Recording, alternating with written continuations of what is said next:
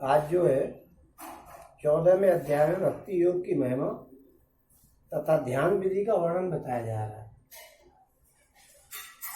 ओम श्री उद्धव जी ने पूछा कि हे कृष्ण, ब्रह्मवादी महात्मा आत्मकल्याण के अनेकों साधन बतलाते हैं, उनमें अपनी अपनी दृष्टि के अनुसार सभी श्रेष्ठ है। उसमें अपनी अपनी दृष्टि के अनुसार सभी श्रेष्ठ है या किसी एक की प्रधानता है। ओम, हे मेरे स्वामी, आपने तो अभी अभी भक्ति योग को ही निरपेक्ष एवं स्वतंत्र साधन बतलाया है, क्योंकि इसी से सब ओर से आसक्ति छोड़ करके मन आप में ही तन्मय हो जाता है। अभी अभी आपने भक्ति योग को बताया।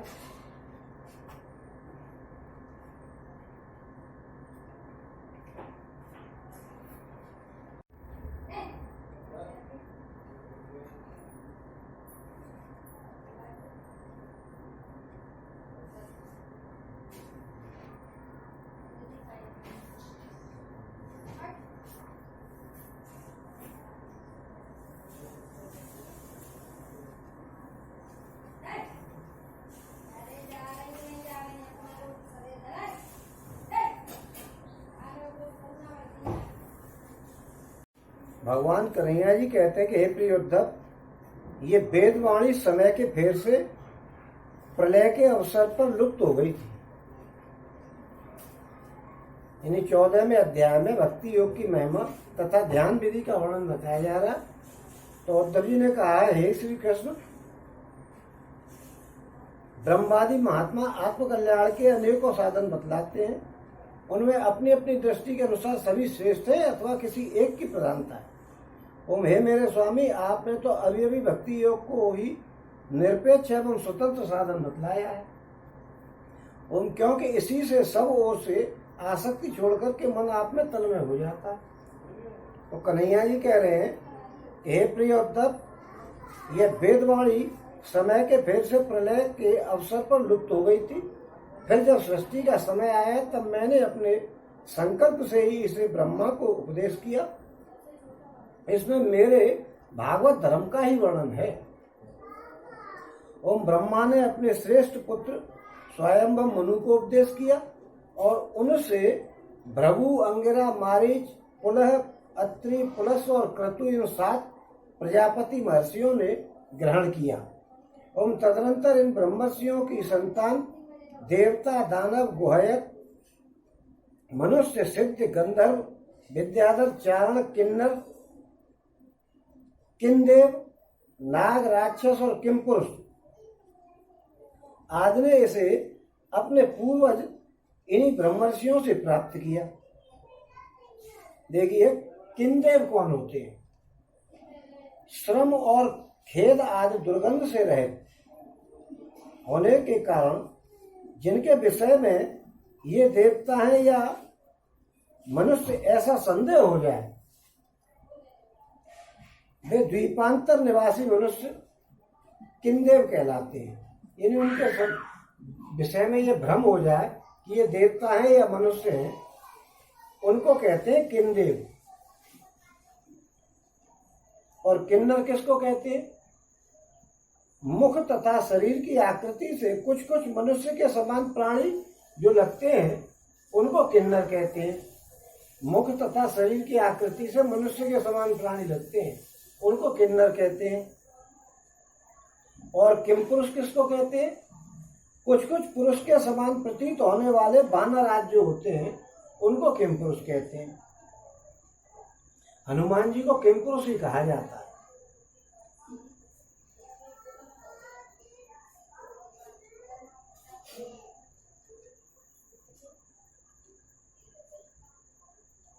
ओम, सभी जातियों और व्यक्तियों के स्वभाव, उनकी वासनाएं सत्व, रज और तमोगुण के कारण भिन्न भिन्न है, इसलिए उनमें उनकी बुद्धि वृत्तियों में भी अनेकों भेद है। क्या है कि सभी जातियों और व्यक्तियों के स्वभाव, उनकी वासनाएं सत्व, रज और तमोगुण के कारण भिन्न भिन्न है, इसलिए उनमें और उनकी बुद्धि वृत्तियों में भी अनेकों भेद हैं। सभी व्यक्तियों के अपना अलग अलग स्वभाव है। किसी ने कोई कर्म करके आया, कभी कोई किसी कर्म को करके आया, तो उसके अनुसार ही तो उसका स्वभाव बनेगा।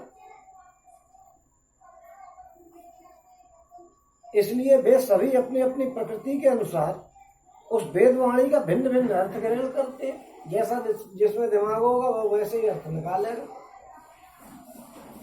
और वह वेदवाणी ऐसी अलौकिक है कि उससे भिन्न भिन्न अर्थ निकालना स्वाभाविक ही है। अलग अलग अर्थ निकालना स्वाभाविक है, वो वेदवाणी है ही इस टाइप की। इसी प्रकार स्वभाव भेद तथा परंपरागत उपदेश के भेद से मनुष्यों की बुद्धि में भिन्नता आ जाती है, और कुछ लोग तो बिना किसी विचार के वेद विरुद्ध पाखंड मतावलंबी हो जाते हैं। यानी इसी प्रकार स्वभाव भेद तथा परंपरागत उपदेश, किसी ने किसी को किसी रूप में उपदेश दिया, किसी की समझ में किसी रूप में आई, तो उसके चक्कर में मनुष्यों की बुद्धि में भिन्नता आ जाती है, और कुछ लोग तो बिना किसी विचार के वेद विरुद्ध पाखंड मतावलंबी हो जाते हैं। ओम हे प्रिय उद्धव, सभी की बुद्धि मेरी माया से मोहित हो रही है। इसी से वे अपने अपने कर्म संस्कार और अपनी अपनी रुचि के अनुसार आत्म कल्याण के साधन भी एक नहीं अनेकों बतलाते हैं। ओम पूर्व मीमांसक धर्म को बताते हैं। जो पूर्व मीमांसक हैं वो धर्म को बताते हैं। साहित्याचार यज्ञ को बताते हैं। साहित्याचार यश को बताते हैं, यज्ञ नहीं यश, कभी कभी कम टिकता है नहीं। ओम साहित्याचार यश को बताते हैं। काम शास्त्री काम को बताते हैं। वेद वेदता सत्य बताते हैं और समाज को बताते हैं। और दंड नीतिकार ऐश्वर्य को बताते हैं। त्यागी त्याग को बताते हैं। और लोकापतिक भोगों को ही मनुष्य जीवन का स्वार्थ बतलाते हैं। मनुष्य जीवन का परम स्वार्थ भोग वगैरह ही है। ये कौन बताता है? लोकायति। ओम कर्मयोगी लोग यज्ञ तप दान व्रत तथा यम नियम आदि को पुरुषार्थ बतलाते हैं, परंतु ये सभी कर्म हैं, इनके फलस्वरूप तो लोक मिलते हैं। यज्ञ तप दान व्रत और यम नियम ये सभी तप हैं और ये कर्म है। ये तो आपको करने चाहिए, आवश्यक कर्तव्य है। ये सभी कर्म है। इसके फलस्वरूप जो लोग मिलते हैं वो तो वे उत्पत्ति और नाश वाले होते हैं। ये जो यज्ञ तप दान व्रत यम नियम ये सब जो है बताए हैं, और ये काम वगैरह जो सब बताए, ये जो इसका फल क्या है, ये कर्म है। और कर्मों का फल समाप्त हो जाने पर उनसे दुख ही मिलता है। और सच पूछो तो उनकी अंतिम गति घोर अज्ञान ही है। ये सब काम शास्त्री काम को बताते, जो सबका विचार बताया उन्होंने कि इनका तो जो अज्ञान है, इनकी अंतिम गति घोर अज्ञान ही है। उनसे जो सुख मिलता है वो तुच्छ होता है, नगण्य है, और वे लोग भोग के समय भी अनसूया आदि दोषों के कारण शोक से परिपूर्ण रहते हैं। अनसूया कहते हैं किसी की बात में कमी देखना वगैरह वगैरह, किसी दूसरे की कमी निकालना। इसलिए इन विभिन्न साधनों के फेर में पड़ना ही नहीं चाहिए। ये सभी जो है अज्ञानवश है, और इनका बस थोड़े समय तक कर्मों का फल समाप्त हो जाने पर इनके फलस्वरूप जो लोक मिलते हैं वे उत्पत्ति और नाश वाले हैं। जो कर्म किए जाते हैं इनके फलस्वरूप जो लोक मिलते हैं वो उत्पत्ति और नाश वाले हैं। कर्मों का फल समाप्त हो जाने पर उनसे दुखी मिलता है, और सच पूछो तो उनकी अंतिम गति घोर अज्ञान ही है। उनमें जो सुख मिलता है वो तुच्छ है, नगण्य है, और वे लोग भोग के समय भी अनसूया आदि दोषों के कारण शोक से परिपूर्ण रहते हैं। इसलिए इन विभिन्न साधनों पर फेरवा तो पड़ना ही नहीं चाहिए। ओम हे प्रिय उद्धव जी, जो सब ओर से निरपेक्ष बेपरवाह हो गया है, किसी भी कार्य या फल आदि की आवश्यकता नहीं रखता है और अपने अंतःकरण को सब प्रकार से मुझे ही समर्पित कर चुका है, परमानंद स्वरूप में उसकी आत्मा के रूप में स्फुरित होने लगता हूँ। इससे वो जिस सुख का अनुभव करता है वो विषय लोलुप प्राणियों को किसी प्रकार नहीं मिल सकता। जिस आदमी ने भगवान को ही सब कुछ समझ लिया, किसी चीज की कोई आवश्यकता नहीं, अंतःकरण को सब प्रकार से मुझ में ही समर्पित कर चुका, यानी भगवान में ही समर्पित कर चुका, उसको जो आनंद मिलता है वो और लोगों को नहीं मिल पाता। ओम जो सब प्रकार के संग्रह परिग्रह से रहित है, अकिंचन है, जो अपनी इंद्रियों पर विजय प्राप्त करके शांत और समदर्शी हो गया है, जो मेरी प्राप्ति से ही मेरे सानिध्य का अनुभव करके ही सदा सर्वदा पूर्ण संतोष का अनुभव करता है, उसके लिए आकाश का एक एक कोना आनंद से भरा हुआ है। ओम जिसने अपने को मुझे सौंप दिया वो मुझे छोड़ करके न तो ब्रह्मा का पद चाहता है और न देवराज इंद्र का पद चाहता है। और उसके मन में न तो सार्वभौम सम्राट बनने की इच्छा होती है और न वो स्वर्ग की भी श्रेष्ठ रसा, न वो स्वर्ग की भी कोई तमन्ना करता है और न वो श्रेष्ठ रसातल का ही स्वामी बनना चाहता है। ओम भाई योग की बड़ी बड़ी सिद्धियों और मोक्ष तक की अभिलाषा नहीं करता है। हे उद्धव, मुझे तुम्हारे जैसे प्रेमी भक्त जितने प्रीतम हैं उतने प्रिय मेरे पुत्र ब्रह्मा, आत्मा शंकर, सगे भाई बलराम जी और स्वयं अर्धांगिनी लक्ष्मी जी और मेरा अपना आत्मा भी नहीं है। जितने तुम जैसे भक्त मुझे प्रिय है ऐसे आत्मा और कोई भी नहीं है ब्रह्मा वगैरह में से। और जिसे किसी की अपेक्षा नहीं है, अपेक्षा मतलब उम्मीद। ओम जिसे किसी की अपेक्षा नहीं है, जो जगत के चिंतन में सर्वदा उपरत होकर के, जो जगत के चिंतन से सर्वदा उपरत होकर के मेरे ही मनन चिंतन में तल्लीन रहता है और राग द्वेष नहीं रख करके सबके प्रति समान दृष्टि रखता है, उस महात्मा के पीछे पीछे मैं निरंतर यह सोच करके घूमा करता हूं कि उसके चरणों की धूल उड़ करके मेरे ऊपर पड़ जाए और मैं पवित्र हो जाऊं।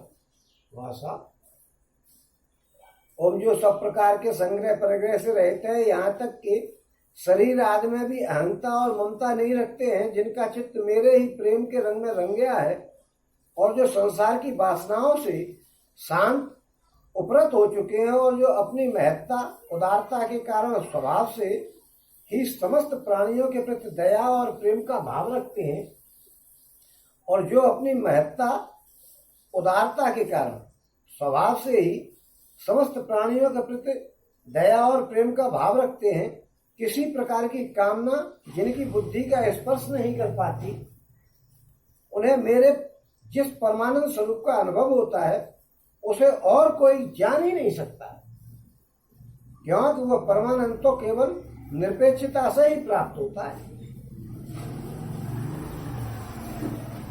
निरपेक्षता यानी किसी प्रकार की कोई उम्मीद नहीं हो, इच्छा नहीं हो, आशा नहीं हो, उसको निरपेक्षता कहते हैं। कोई अपेक्षा नहीं करे। ओम हे उद्धव जी, मेरा जो भक्त अभी जितेंद्रिय नहीं हो सका है और संसार के विषय बार बार उसे बाधा पहुंचाते रहते हैं, अपनी ओर खींच लिया करते हैं, वो भी क्षण क्षण में बढ़ने वाली मेरी प्रगल्भ भक्ति के प्रभाव से प्राय विषयों से पराजित नहीं होता है। जो अभी पूरा नहीं हुआ है वो भी विषयों से पराजित नहीं होता है। ओम हे उद्धव, जैसा धधकती हुई आग लकड़ियों के बड़े ढेर को भी जला करके खाक कर देती है, वैसे ही मेरी भक्ति भी समस्त पाप राशि को पूर्णतः जला डालती है। ओम हे उद्धव, योग साधन, ज्ञान विज्ञान, धर्मानुष्ठान, जप और पाठ और तप और त्याग मुझे प्राप्त कराने में उतने समर्थ नहीं है जितने दिनों दिन बढ़ने वाली अनन्य प्रेम में मेरी भक्ति है। ये जब तक मेरे को प्राप्त कराने के इतने बढ़िया साधन नहीं है जितनी मेरी भक्ति साधन है। भाई बात दरअसल ये है कि जो केवल सीधी सीधी बात करे वो इतना कारगर बात कहाँ रहेगी, और जो चापलूसी लगा करके उसकी बात करे तो वो जरा जल्दी कारगर हो जाती। तो ये चापलूसी टाइप की बातें करने से यानी भक्ति जो है वो भगवान की मक्खनबाजी की बातें करके और की जाती है, भगवान को ही सब कुछ समझा जाता है सीधी सीधी। और भक्ति का मतलब ये है आंख मीच लो, जो बात भगवान के बारे में कही है वो बिल्कुल सही है, बढ़िया बढ़िया। ओम मैं संतों का प्रीतम आत्मा हूं, मैं अनन्य श्रद्धा और अनन्य भक्ति से ही पकड़ में आता हूं। मुझे प्राप्त करने का यह एक ही उपाय है, बस भक्ति जो है। ओ मेरी अनन्य भक्ति उन लोगों को भी पवित्र यानी जाति दोष से मुक्त कर देती है जो जन्म से ही चांडाल हैं। ओम इसके विपरीत जो मेरी भक्ति से वंचित है उनके चित्त को सत्य और दया से युक्त, धर्म और तपस्या से युक्त विद्या भी भली भांति पवित्र करने में असमर्थ है। ओम जब तक सारा शरीर पुलकित नहीं हो जाता, चित्त पिघल करके गदगद नहीं हो जाता, आनंद के आंसू आंखों से छलकने नहीं लग जाते तथा अंतरंग और बहिरंग भक्ति की बाढ़ में चित्त डूबने और उतराने नहीं लग जाता, तब तक इसके शुद्ध होने की कोई संभावना नहीं है। ये बात जो कही है कि जब तक सारा शरीर पुलकित नहीं हो जाता, आप कभी कभी ऐसा महसूस करेंगे जब भक्ति की, भगवान की दया की, जो भगवान ने कृपा करी है लोगों के ऊपर, उसके बारे में विचार करोगे या सुनोगे तो आपके शरीर में कुछ रोमांच सा हो जाएगा और आपकी आंखें भर आएंगी बगैर बात के। आपको बोला नहीं जाएगा, आपके कुछ हृदय में ऐसा पिघलापन सा आ जाएगा, ऐसी अजीब सी स्थिति हो जाएगी, कभी कभी हो जाती है। ऐसे लोगों को यह समझना चाहिए कि वो करीब करीब सही रास्ते पर चल रहे हैं अपनी मुक्ति के लिए। आंखों से छलकने नहीं लग जाए आनंद के आंसू, आंखों में अपने आप आंसू आ जाते हैं देख करके भगवान ने किसी पर कृपा करी। जैसे उस दिन कुब्जा पे भगवान कृपा कर रहे तो आंखों में आंसू से आ रहे थे कि क्या कृपा करी है, उन्होंने पकड़ करके उसको सीधी कर दिया और सुंदर बना दिया। तो ऐसे ही भगवान जिस पर कृपा करते हैं उसका सब कुछ कर देते। ऐसे विचारों को देख करके आप अपने मन में कुछ ऐसे भाव से आते हैं कि आंखों में आंसू से आ जाते हैं, कुछ हृदय में ऐसा लगने लगता है कि बस हुआ ये काम, ऐसा कुछ अपनापन सा जैसे आए भगवान मेरे पास और भगवान ने सब मेरी बात सुनी, तो ऐसा प्रतीत होने लग जाता है।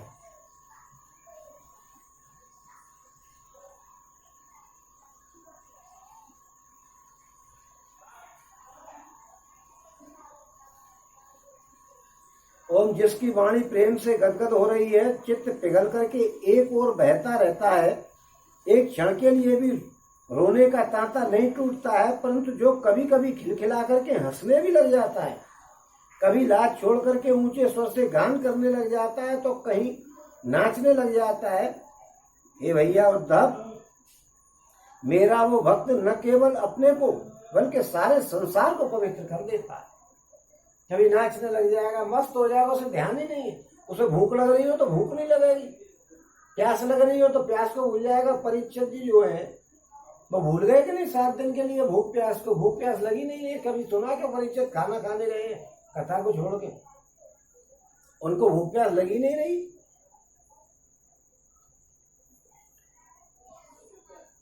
ये एक अलग बात है कि वो कथा जब तक सुनते थे, टाइम ही तो होता है कथा का, उसके बाद घर में जाके आराम से खाना खा लेते हो, तो ये जिक्र नहीं किया है कथा में, तो खा लेते होंगे। वैसे उन्होंने तो यही कहा है कि भाई मुझे भूख प्यास लगी नहीं रही है, और खाने में भी कम समय देते होंगे कि उनको पता थी कि बस ये 6-7 दिन ही है मेरे पास, तो ज्यादा खाने में और इधर उधर की बातों में ध्यान किसका लगेगा, जैसे 7 दिन मरना वो 7 दिन बाद। तो ओम जैसे आग में तपाने पर सोना मैल छोड़ देता है, निखर जाता है और अपने असली शुद्ध रूप में स्थित हो जाता है, वैसे ही मेरे भक्ति योग के द्वारा आत्मा कर्म वासनाओं से मुक्त होकर के मुझको ही प्राप्त हो जाता है, क्योंकि मैं ही उसका वास्तविक स्वरूप हूं। ओम हे उद्धव जी, मेरी परम पावन लीला कथाओं के श्रवण कीर्तन से ज्यों ज्यों चित्त का मैल धुलता जाता है, त्यों त्यों उसे सूक्ष्म वस्तु के यानी वास्तविक तत्व के दर्शन होने लग जाते हैं। ओम जैसे अंजन के द्वारा नेत्रों का दोष मिटने पर उसमें सूक्ष्म वस्तुओं को भी देखने की शक्ति आने लगती है। भाई समझिए। ओम जो पुरुष निरंतर विषय चिंतन किया करता है, जो पुरुष निरंतर विषय चिंतन किया करता है, उसका चित्त विषयों में फंस जाता है।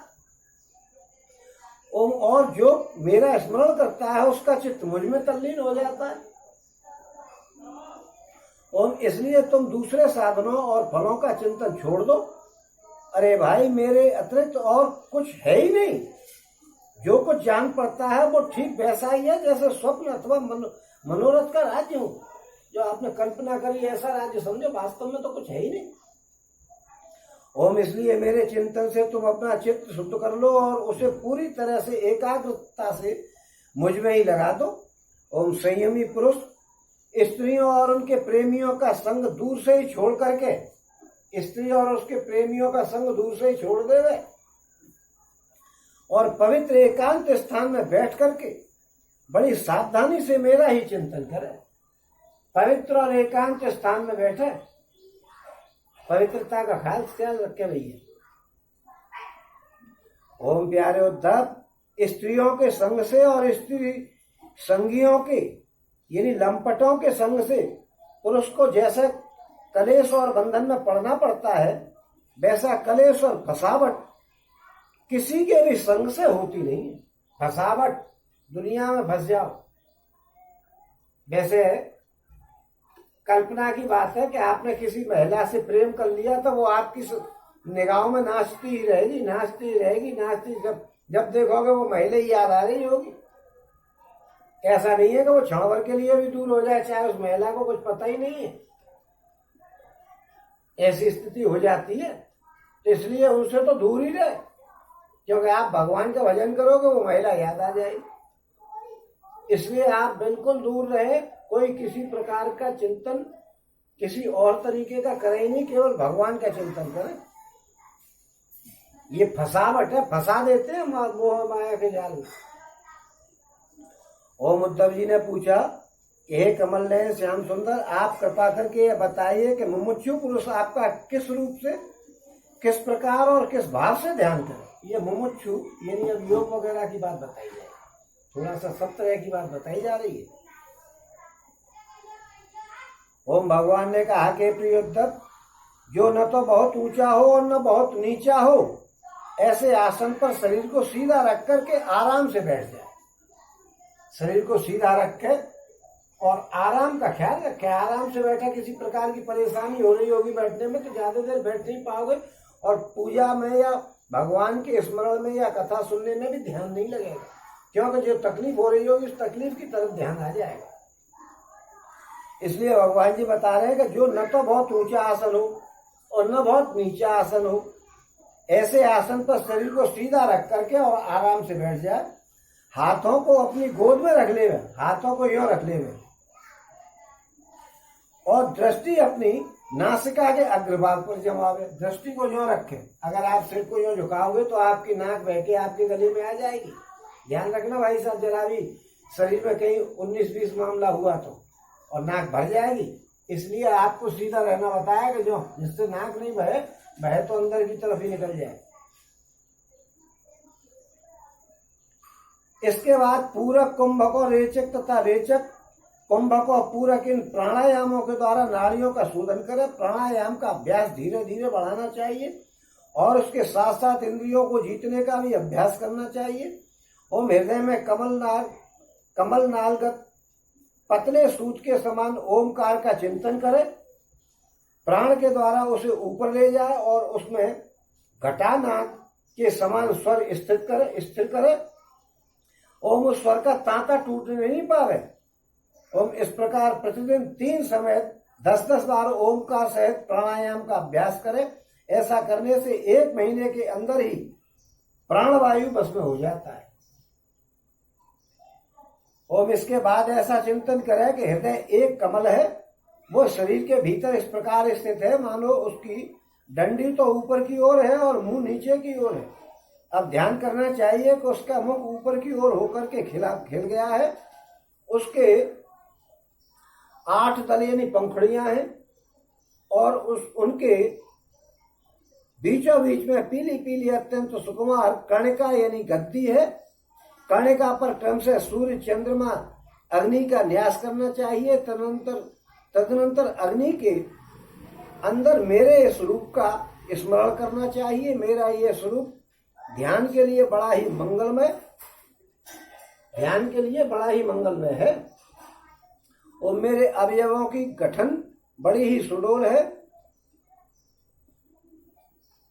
रोम रोम से शांति टपकती है। मुख कमल अत्यंत प्रफुल्लित और सुंदर है। घुटनों तक लंबी मनोहर 4 भुजाएं हैं। बड़ी ही सुंदर और मनोहर गर्दन है। मरकत मणि के समान सुस्निग्ध कपोल है। मुख पर मंद मंद मुस्कान की अनोखी छटा है। दोनों ओर के कान बराबर हैं और उनमें मकराकृति कुंडल झिलमिल झिलमिला रहे हैं। वर्षाकालीन मेघ के समान श्यामल शरीर पर पीतांबर फहरा रहा है। श्री वत्स एवं लक्ष्मी जी का चिन्ह वक्षस्थल पर दाएं और बाएं विराजमान है। ओम हाथों में क्रम से शंख चक्र गदा एवं पद्म धारण किए हुए हैं। गले में बनमाला लटक रही है। चरणों में नूपुर शोभा दे रहे हैं। गले में कौस्तुभमणि जगमगा रही है। अपने अपने स्थान पर चमकते हुए किरीट, कंगन, करधनी और बाजूबंद शोभा पा रहे हैं। ओम मेरा एक एक अंग अत्यंत सुंदर एवं हृदयकारी है। सुंदर मुख और प्यार भरी चितवन कृपा प्रसाद का बरसात कर रही है।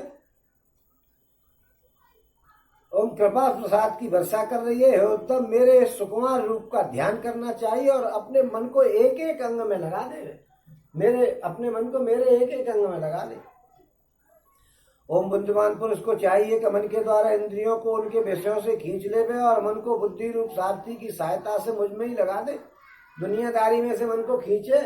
किसी बात की तरफ, किसी चीज की तरफ ध्यान जा रहा हो तो उसको खींच ले।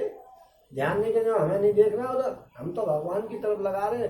बार बार प्रयास करोगे तो ऐसा हो जाएगा कि वो भगवान की तरफ आ जाएगा और उनसे दूर हो जाएगा।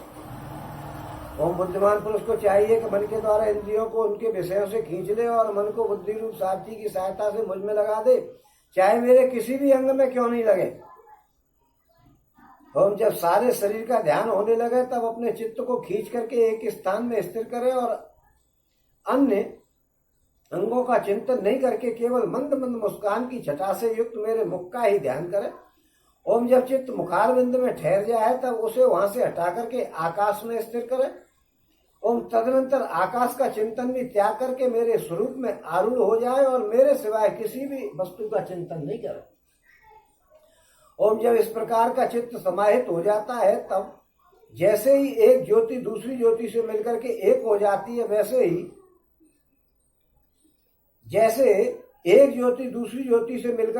जाती है, वैसे ही अपने में मुझे और मुझ सर्वात्मा में अपने आप को अनुभव करने लग जाता है।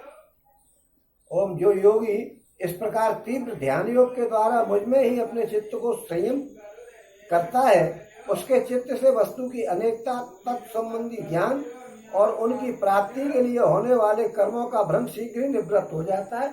और यहाँ पे आकर के 14वां अध्याय समाप्त। बोलो श्री कृष्ण भगवान की जय। बोलो श्री कृष्ण भगवान की जय। बोलो श्री कृष्ण भगवान की